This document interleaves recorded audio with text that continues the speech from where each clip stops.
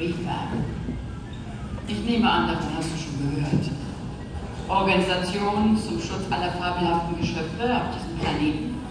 Sie suchen immer Freiwillige. Ich gebe zu, es gab in den letzten Monaten auffallend viele Meldungen über verschwundene Fabelwesen von unseren Außenstationen.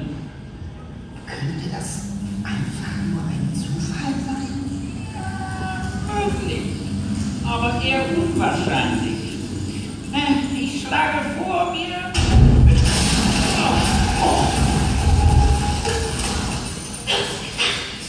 Sie haben ihn verschleppt! Vor meinen Augen! Den Champion aller Champions! Darf ich vorstellen?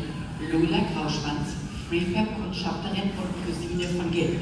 Ihr Flugzeug sieht aus, als hätte sie es aus einem Spielzeugladen gestohlen, aber sie fliegt schneller damit als so mancher Menschenpilot in seiner Maschine.